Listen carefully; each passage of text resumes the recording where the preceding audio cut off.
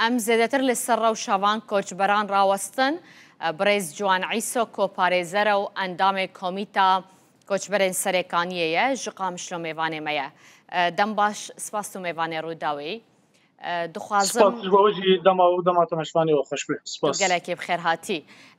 Li gorî amarên herî dawiyên ku li ber destê we weke komîteya koçberên serêkaniyê. Hejmar niha çend e? Çend koçberên serêkaniyê hene?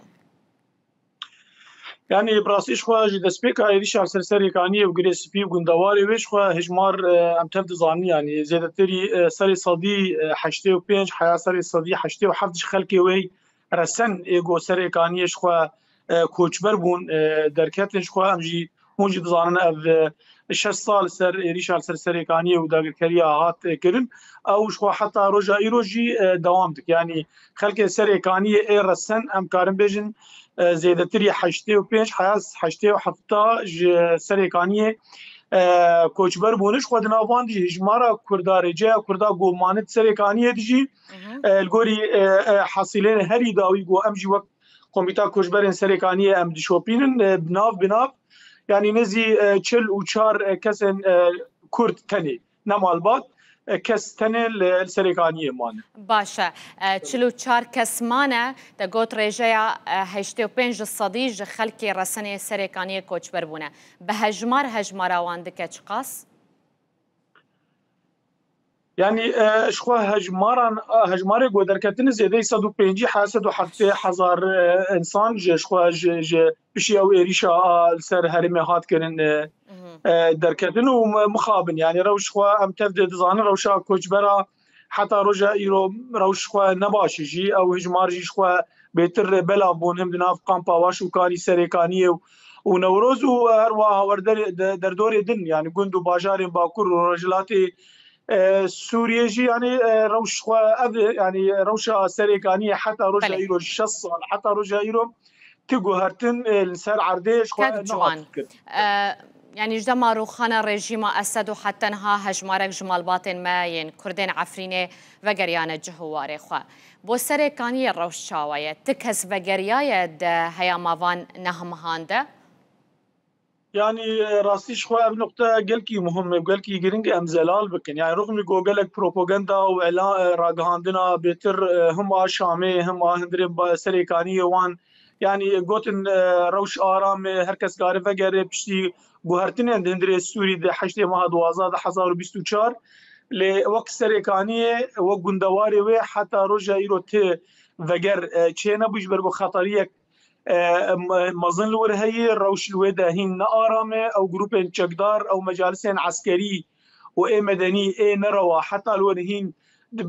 serêkaniyê dibin serweriya wan de û dibin ji xwe ew jî dibin rêveberiya dewleta Tirk de ji bo wê jî ti veger çê nebûye hejmara kesê got Kurd li wirin yani kêm zêde ev hejmara herî dawiyê û rûxmî got me dixwast yani piştî ev guhertinên çêbûn got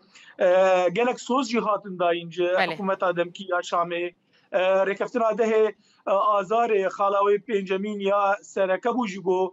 ji bo koçber vegerin dibin di şertên esasî rewş aram bi do parastin hebe ew jî nehatî kirin yani rewşa serêkaniyê alî hiqûqî insanî wek giştî em bêjin rewş tu guhertin tê tineyê rewş wek berê ew lê kek ciwan yani divan demên dawiyê de deriyên sînorî navbera serêkaniyê û Bakurê Kurdistanê de her wiha çend saziyên din û çend seredanên fermî ji aliyê hikûmeta demkî ya Sûriyê ji bo serêkaniyê hebû. Kî niha desthilatdar e li wê derê? Yani ji bo vê noktayê jî em dixwazin rastî em pir zelal bikin. Yani ew civînê got hatin kirin jî di ew şandeyên got ji hikûmeta Şamê yani hikûmeta Şamê ji ber got ew herêm em dibêjin wek serêkaniyê girê spî ew herêm li ser erdê ji Sûrî hatî qutkirin. Yani zimanê Kurdî minhacê zimanê Tirkî biborîne minhacê Tirkî alên Tirkî yani heta ew şandeyên got ji Şamê hatin mixabin de erdê Tirkiyê derbasî xaka Sûriyê dibin. Yani ev jî gelek pirsê mezin dikin. Yani tamam kawerin rewşê ji nêz ve bişopînin. Ya din jî ev nokta jî gelkî muhim. Yani ew civînê got hatin kirin jî شخوا مدید د چروش کې داوی دم جو قومیتا کوچبرین سرکانی ما باش شوپاند او جوینه هاتن کرنجی خواستن دوان جوینا د کانی مرحله دم پیش او چ به او ايش بو مساله حتى يعني مجي وقت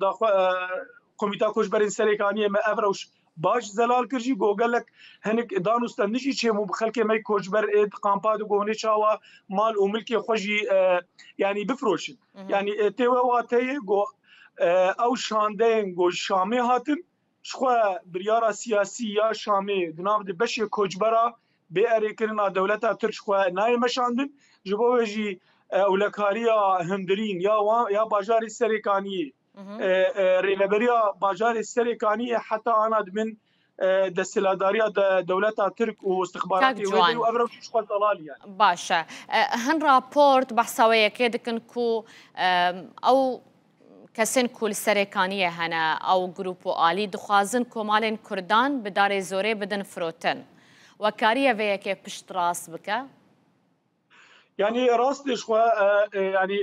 قالك جبين هاتكر يعني جبين هند د مجلسه محليه سركانيه هاتكرن او مجلسه نروانه شرعي ويا دياميجي د جبينن د نافندن ان استخبارات الهندري سركانيه د تركاد هاتكرن دوان جوینات پر نقاش چیبو يعني سه جوین هاتن کرن امی چاواد جبو شخوا نزی 6500 مالبات سرکانی آنا شخوا دستی وان دی نزی 55 گوند شخوا تمامی هاتن والا کرن شخوا يعني هر تش دستی وان دی لی خوازن در باسی مرحله کی نه بکن جبو هنگی وی صورت خو بهتر باشتر بکن جبو هم رایا هندر جبو رایا گشتیجی خواستن شرعيتك بدن افتشتي كرن كم يعني سوجن هاتن كرن بن كرن هاتن كرن دخوازن خلق سركان شبر راضي بك بهنك برين زياده بهنك تشتندن جمال وملك خو بشكل قانوني كارمن بفروش جو وجي امجي في مسؤوليتي في سوجي بريغش يم دخن ستي وبيجي د حكومه دمكيه شامي جرك او حكومه باركي خوي بري هرشي رابا جرك فكرين وفروتنا ملكان دوان منطقه بيقه دخكرن ريل بر بيقرتن يعني جبو ويجي او جفين راس تشيبون ل او ارمانجي او خوازن حتى رجا يرو بيك نهار مديمانه كامبان جديدن دخوازن برسكل السروشا خلك مسركانيه يل كامبانجي اشتبكم روشاوان تشاوايا بتايبتي قلي وغازنيوان هيكو